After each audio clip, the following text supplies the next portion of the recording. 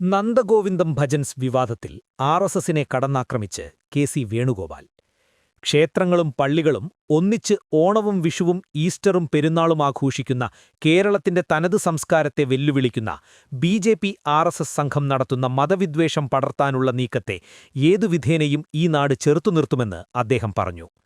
അദ്ദേഹത്തിന്റെ വാക്കുകളിങ്ങനെ: മതമൈത്രിയുടെ വിളഭൂമിയായ കേരളത്തിന്റെ ഹൃദയത്തെ ഏതുവിധേനയും മുറിവേൽപ്പിക്കാനുള്ള സംഘപരിവാർ ഗൂഢാലോചന അതിന്റെ സീമകൾ ലംഘിക്കുകയാണ്.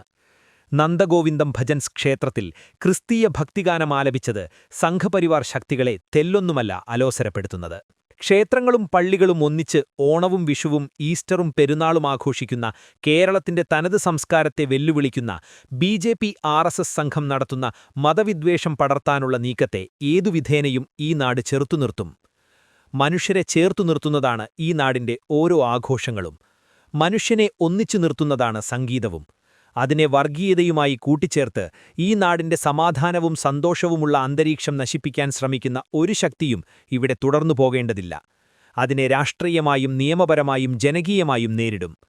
സാംബശിവന്റെ കഥാപ്രസംഗവും കെ.പി.എ.സിയുടെ നാടകങ്ങളും കണ്ടു തന്നെയാണ് ക്ഷേത്രമൈതാനങ്ങളും പള്ളിമുറ്റങ്ങളും ഇവിടെ മുൻപോട്ടു പോയിട്ടുള്ളത്. അതിനിയും തുടരുക തന്നെ ചെയ്യും. അൺറിയൽ കേരള സ്റ്റോറിക്കു വേണ്ടി വ്യഗ്രത കാണിക്കുന്നവർ പരാജയപ്പെടുക തന്നെ ചെയ്യും, അദ്ദേഹം പറഞ്ഞു. യൂത്ത് കോൺഗ്രസ് സംസ്ഥാന സെക്രട്ടറിയും പ്രതികരിച്ച രംഗത്തെത്തി. വാവരെ തൊഴുത് അയ്യപ്പനെ വണങ്ങാൻ പോകുന്ന ഹൈന്ദവരുടെ നാടാണ് കേരളം. ആറ്റുകാൽ പൊങ്കാലയ്ക്ക് റമദാൻ നോമ്പിലും കുടിവെള്ളം വിതരണം ചെയ്യുന്ന മുസൽമാന്റെ നാടാണ് കേരളം. ഭജന നടത്താൻ ദേവാലയമുറ്റമൊരുക്കുന്ന ക്രൈസ്തവന്റെ നാടാണ് കേരളം. അല്ലാതെ വിഷം തീണ്ടിയ വർഗീയവാദികളുടെ നാടല്ല.